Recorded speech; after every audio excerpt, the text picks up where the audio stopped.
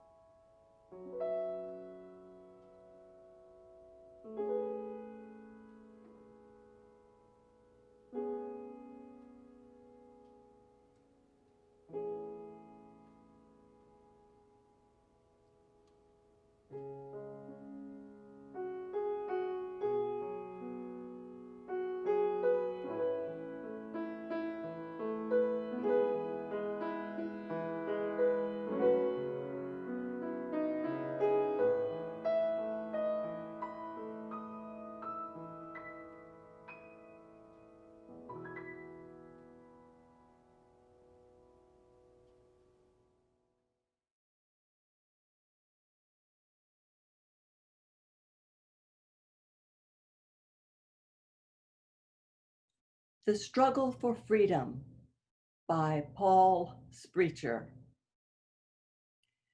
We light this chalice in memory of the courage of those who struggled for freedom, the persistence of those who struggle for justice, and the love of those who've built beloved communities to carry on the light of hope.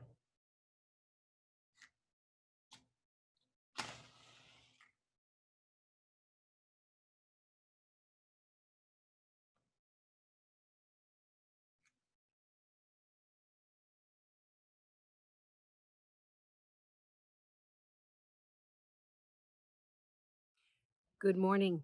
Welcome. We're glad you took time today to be with us. It's Independence Day weekend, the 5th of July today, and yesterday, of course, was the celebration of the independence of this country from Great Britain. A historic event we celebrate every year, and sometimes we even think about what it might mean. We're going to talk today about the spiritual capacity to know freedom and to live freedom and to do it in a way that makes sense in life. I'm so glad you're with us today. Welcome to a time of worship.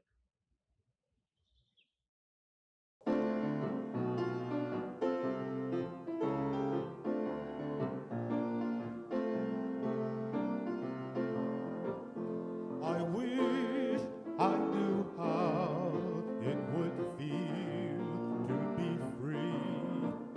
I wish I could break all the chains holding me. I wish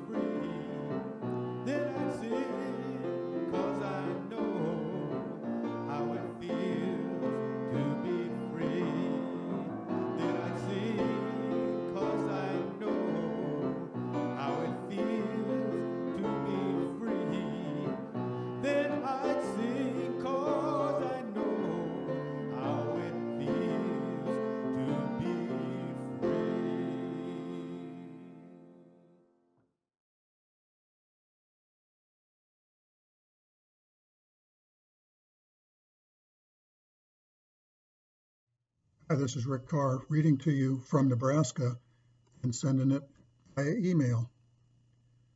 This reading's part of the Creating Home first grade UU curriculum.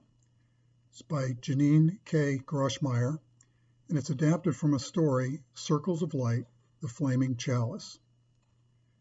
In the dark nights and the darker days of World War II in Europe, many people tried to escape from the war. These people were called refugees.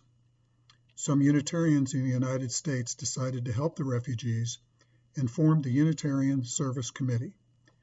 Committee members went to Europe to try to bring refugees safely out of the war, but the refugees came from many different countries and spoke many different languages, like German or Yiddish, or French or Italian or Polish or Hungarian. Most did not speak English. How could Unitarians explain they were there to help? Dr. Charles Joy was in charge of the committee. He knew that the Unitarians needed a symbol everyone could recognize, no matter what language they spoke. It would have to be a picture, a symbol with no words. That way, anyone could understand the message. We are here to help you. Dr. Joy asked an artist named Hans Deutsch for help. Maybe an artist could draw the right kind of picture that could be a symbol for the Unitarians. Mr. Deutsch understood why a picture would be helpful. He had come from Austria, but now he too was a refugee because of the war. Mr. Deutsch made a drawing of a chalice with a flame surrounded by a circle. He showed it to Dr. Joy. The symbol really worked. Soon refugees all over Europe began to see this symbol wherever the Unitarian Service Committee went to find and help them.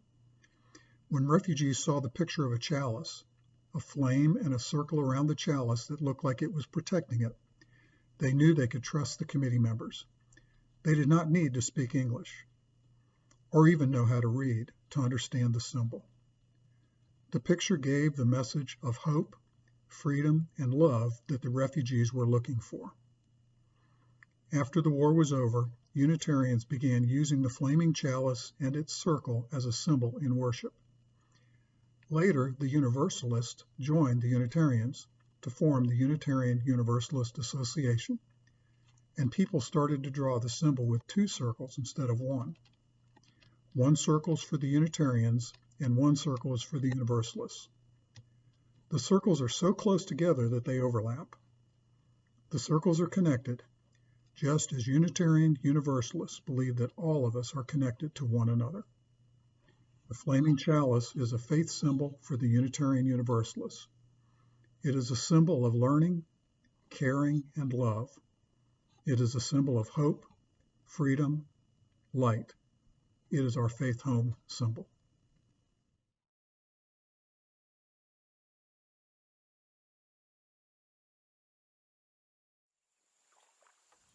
Join with me now in a time of meditation.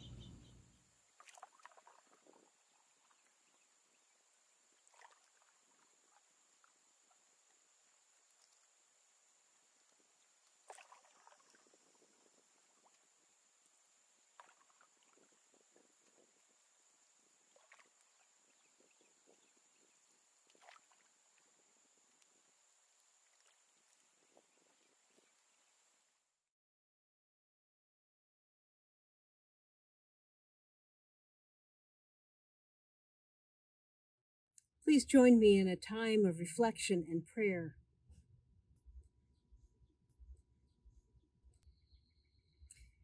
Let us hold in mind and heart all those who seek freedom and suffer from oppression and domination.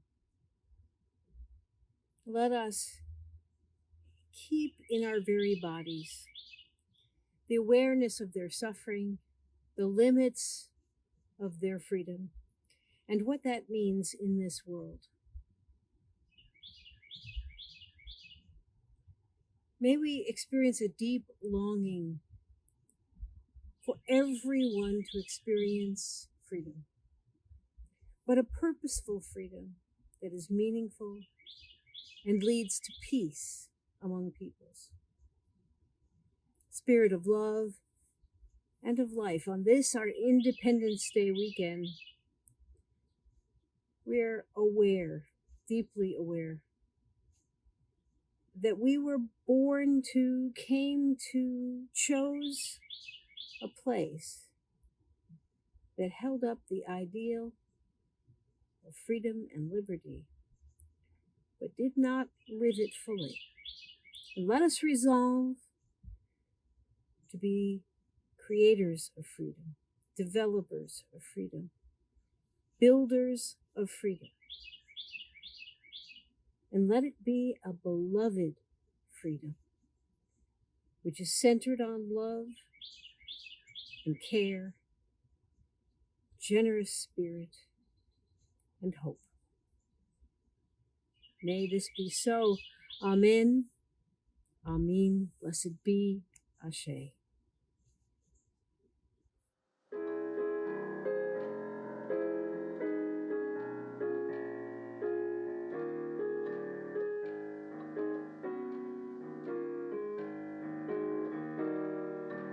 Hush, hush,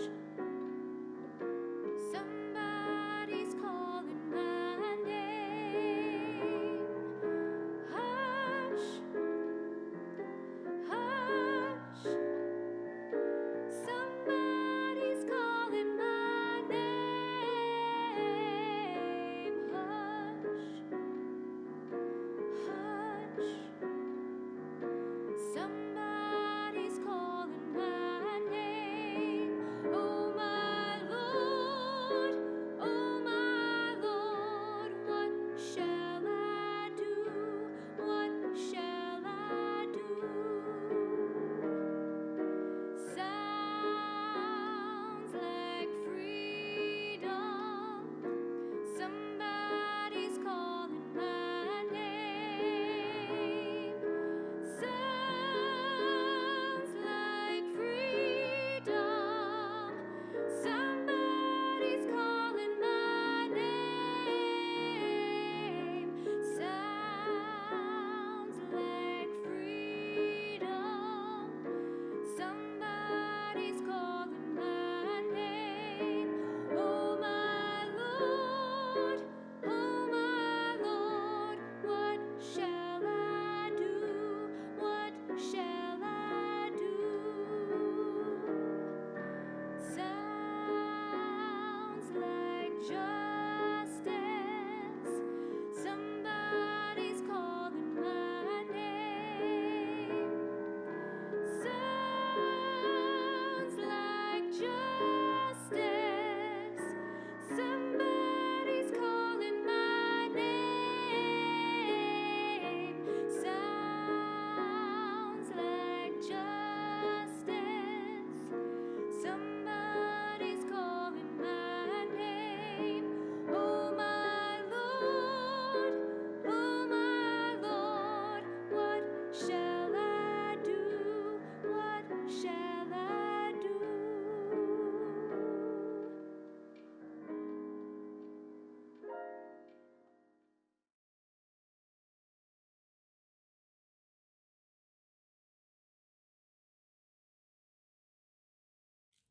It is Independence Day weekend.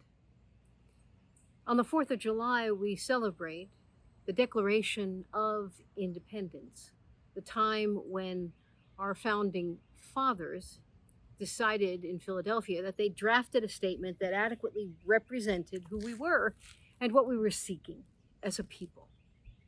We declared ourselves independent of Great Britain because we felt they did not serve our interests well.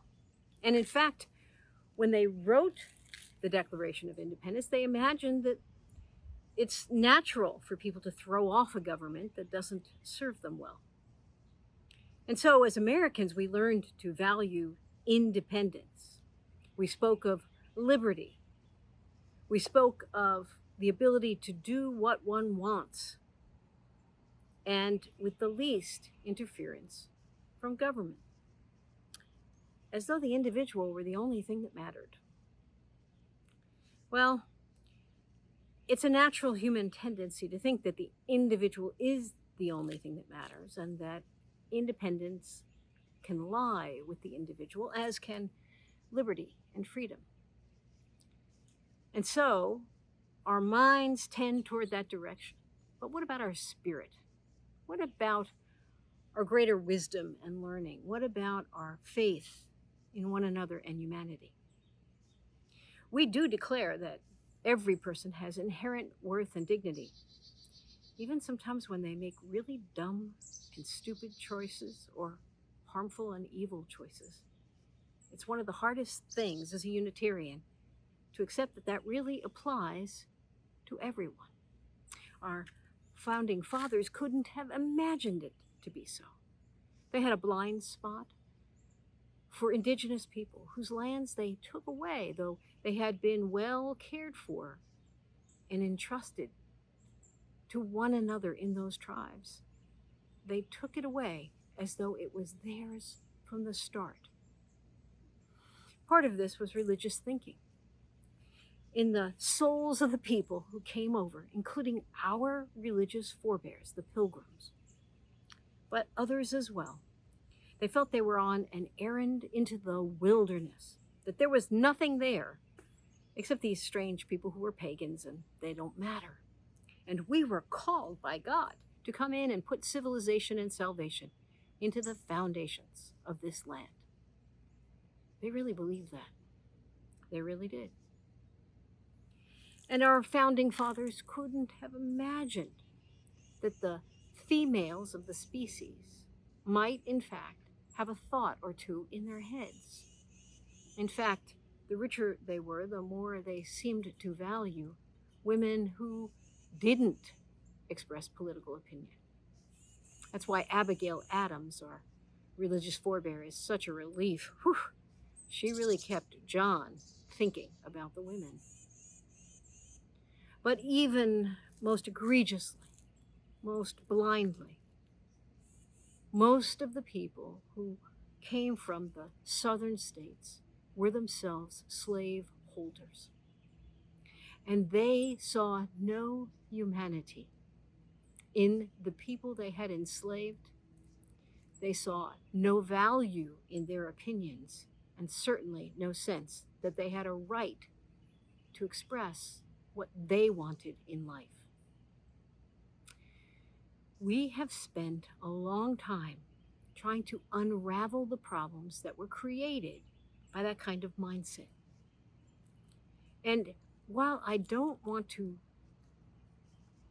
chastise everything that was done in days past, because it doesn't really serve a purpose, I want to call our attention to the way in which even now these things affect us.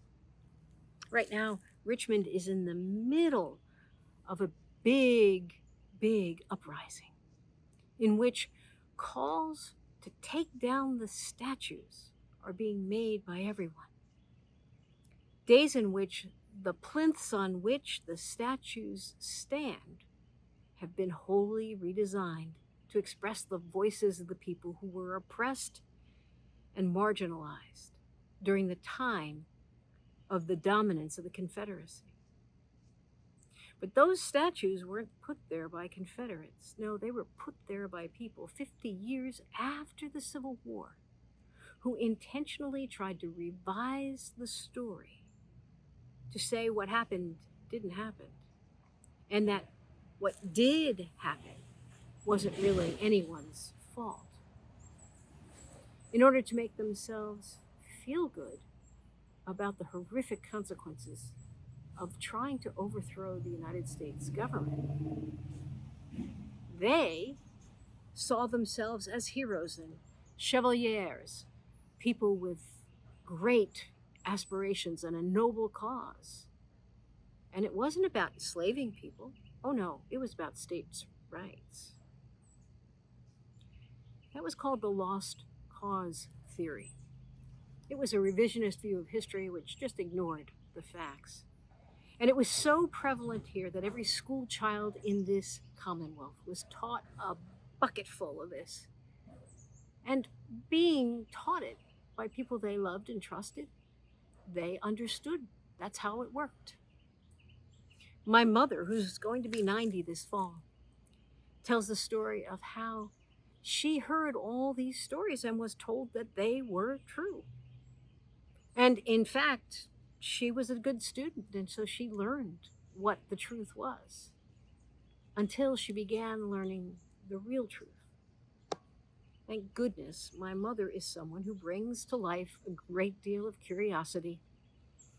She reads a lot, and she's always interested in what's happening in the world. That allowed her to separate herself from these untrue mythologies, the lies. A curious heart can allow all of us to learn new things, to see people differently, to cease seeing people as enemies and understand that they are simply human beings trying to do their best.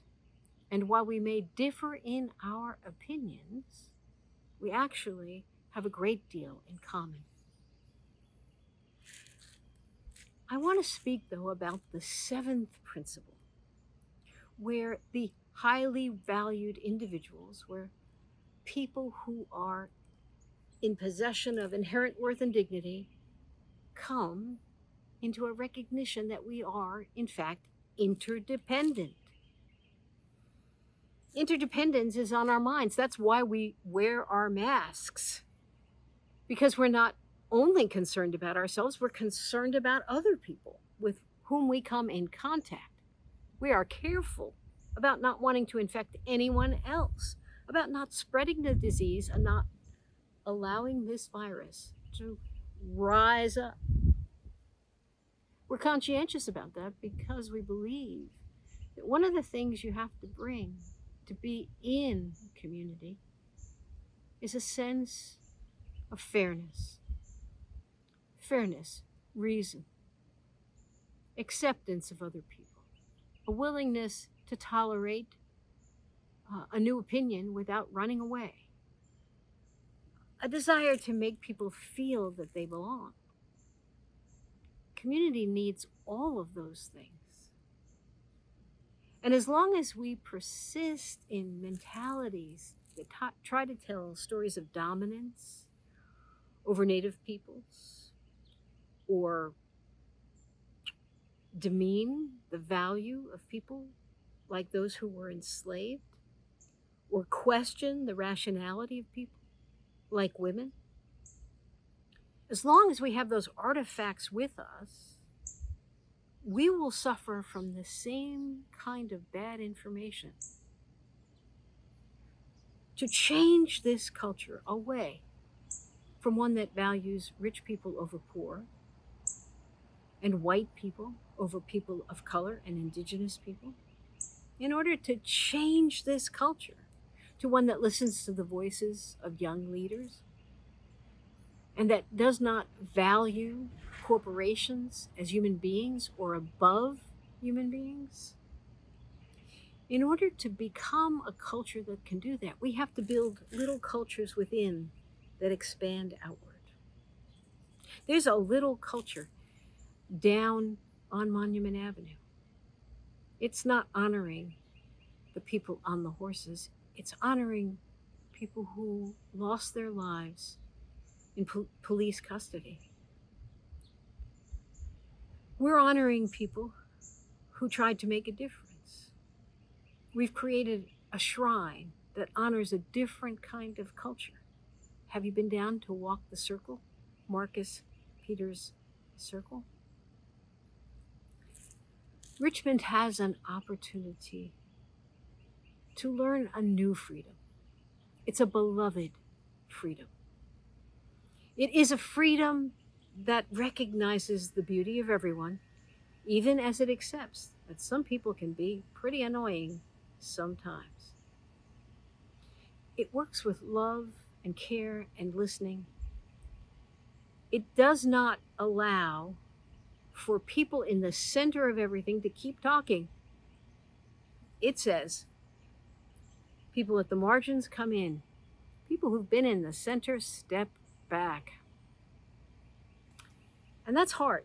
I recognize that there are a lot of people, especially I've heard from some of the white men in our congregation, who hear in the public conversation that other people are asked to be able to step in, and that those from the dominant culture step back, and it makes them feel angry that suddenly they seem to have less voice in the matter.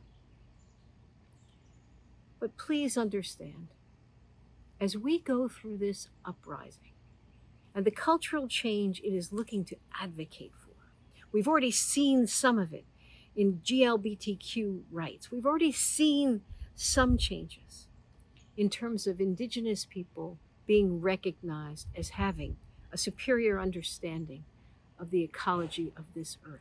It's already been recognized in the Me Too movement. But spiritually, we have to bring ourselves, our generous selves, to the work of building community and setting things right that were topsy-turvy before. And that means we will make sacrifices in community. When we declared independence from Great Britain, the consent of the governed was the biggest reason that people felt we needed to break away. In the greater Richmond area, we have a focus that maybe very few cities or towns have. And that is that we have great symbols which can come down and which will matter in coming down only if the work behind them in policy and law follows. If you and I are committed to build really beloved community, not just the first and fastest person speaks the most, but rather everyone being welcome and all of us recognizing our interdependence. These are important concepts that must change to bring about a new day. Let's do our spiritual work to be ready for these days. Let's be ready to listen more than to speak. Let's be ready to do the work of changing the past laws and the ill-fitting garments we've constructed for too many people. Let's welcome in people who have wisdom we have no idea about. If we had done so earlier, would we still see videotapes of people of color in police custody suffering and dying? No, we would not. It is time to leave our adolescence as a country behind and become mature and become reasoned and to become beloved by living a new beloved freedom. May it be so.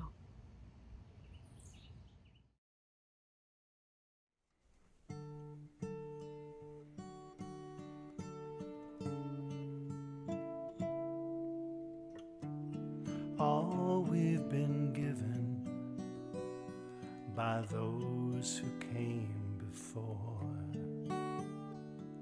the dream of a nation where freedom would endure, the work and prayers of centuries have brought us to this day. What shall be our legacy? What will our children say? Let them say of me, I was one who believed in sharing the blessings I received. Let me know in my heart when my days are through. America, America, I give my best to you.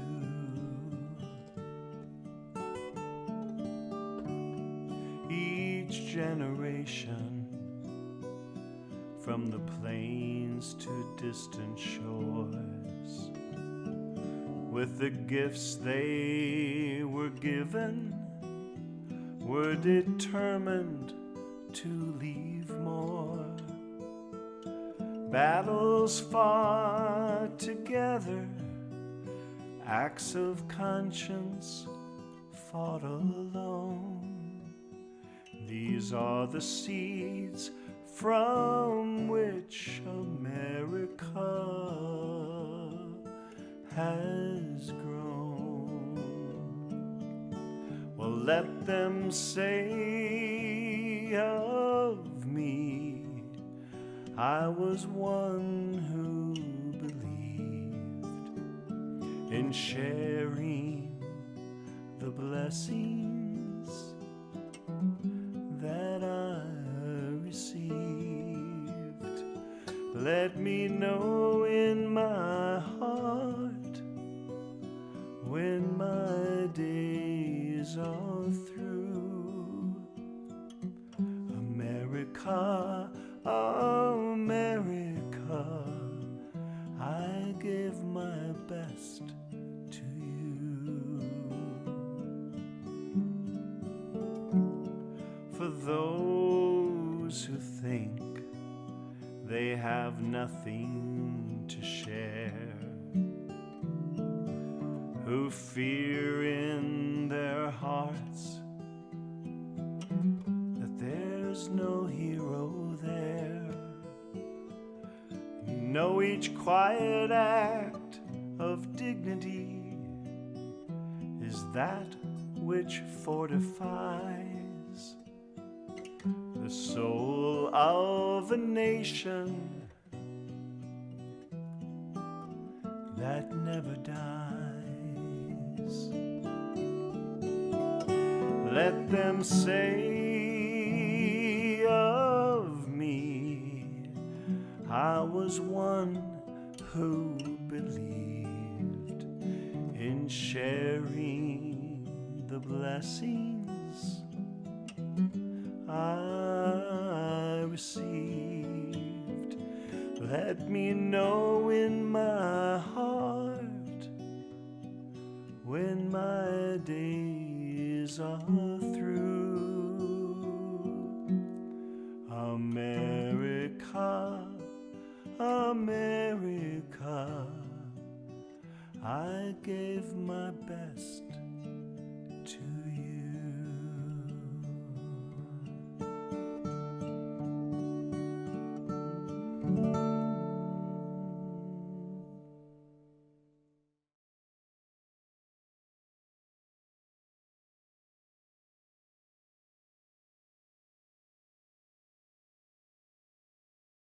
Good morning. I'm Joe Kent, and I'd like to talk to you about Feed More and hunger in Central Virginia. Feed More is the merger of the Central Virginia Food Bank and the Meals on Wheels program, plus other local groups who act to meet the food needs of the food insecure families in our region. Through its support of local food pantries and direct support to schools, it provides 52,000 meals a day across 34 counties and cities. It receives food donations from local grocery stores and food drives, but uses the funds from individual donors and corporations to buy food in bulk. It's a nonprofit and is always in need of funds and volunteers. I volunteered in various capacities for 9 years. For the past 8 years, my regular weekly task has been to transport bags of weekend food to Green Elementary School, now renamed Cardinal Elementary. This summer, I'm transporting food to local distribution sites where children and their families can go to pick up food. With 1 out of 8 families in the area being food insecure, the Feed More programs are critical. Please be generous in your support this morning and consider volunteering. The website feedmore.org has the information you need. Thank you very much.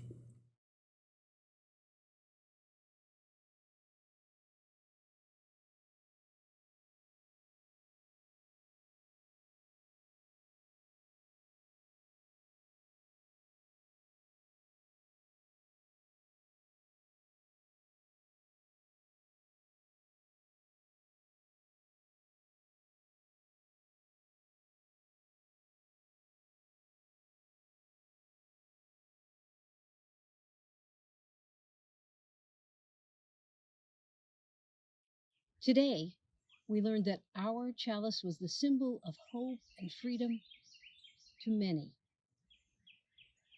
We need it to be the symbol of hope and freedom in our lives as well.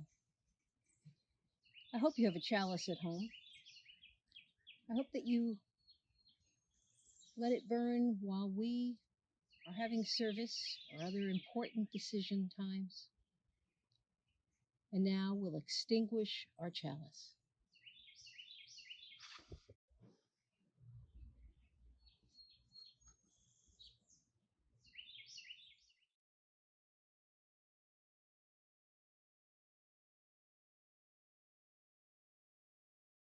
Do stay around for our coffee hour, where we will honor our departing Director of Religious Education, Rhonda Wingfield.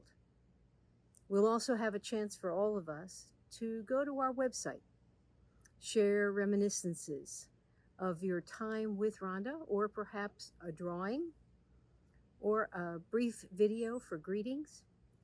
That will be open all of July, and then we'll close the book and present it to Rhonda. The chalice is a symbol of freedom. It was a symbol to people escaping oppression and tyranny, the threat of life and death. They saw it as a sign of hope. Be a sign of hope this week. Live into your freedom with love and accountability for all.